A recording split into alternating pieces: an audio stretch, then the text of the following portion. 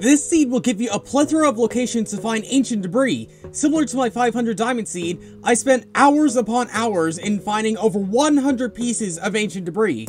But all seeds have to start you off at the spawn, which, by the way, this is the location of your spawn. You got birch forest over there, we have a little bit of normal forest right here, we spawn right inside of normal forest. There's a lot more forest off in the distance. If you are a forest person, then this certainly is the seed for you. And if it's not, then just head over to these corners right here, because first off, you'll head right past this small little mountain, which is also right next to this savanna biome right here, which is also right next to this savanna plateau over there. But if you couldn't tell, there's no escaping the forest biome. That is until we go about 800 blocks out to this one plains biome, which is also linked to a tiny little jungle right here. As well as right next to the plains, this little mangrove swamp. But while all this stuff is good and all, what about the 100 plus ancient debris? Well, like always, every single location of ancient debris is linked down below in the description. But in terms of the nether itself, what's the best way on getting there? Well, there's actually two ways I'm doing that, because from spawn, if you just head in this direction for a little bit, because around these corners we can see right here, there's actually a village right here, which also happens to have two blacksmiths. One of which right here actually has 3 separate obsidian, as well as 3 diamonds to actually get you started on the diamond grind for the netherite. And the other one right here actually has 7 more obsidian, which coincidentally enough, gives you the exact right amount for another portal, which means going to the nether this way is fairly easy. And if getting 3 diamonds from this one village wasn't enough, don't worry, I got your back. Head inside this water cave, break a couple blocks, head down inside this one cave, and you're fairly set when it comes to diamonds here. We got a single vein right here, there's a whole 8 veins of diamonds right here, another one here, another couple over here, and the further and further you go inside this cave, you'll find more and more diamonds. So in addition to the obsidian and diamonds you find in the village, the natural generation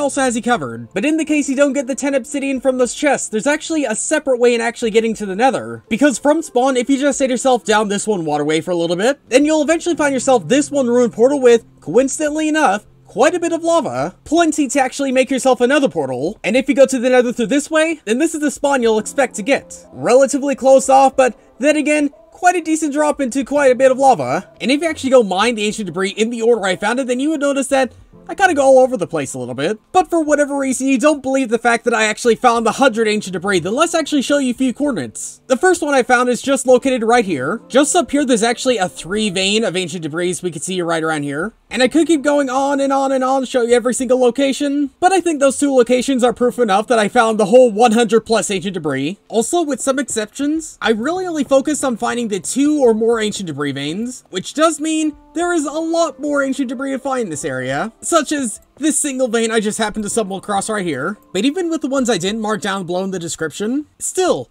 over 100 pieces of ancient debris locations. It's something you'll really have to just check out yourself just to truly believe and see how much ancient debris one single area can actually have. And I guess since you're in the area, you might want to head off to this bastion remnant that's literally just right here and pretty easily accessible, with, if I'm honest, not the smartest piglins around the place.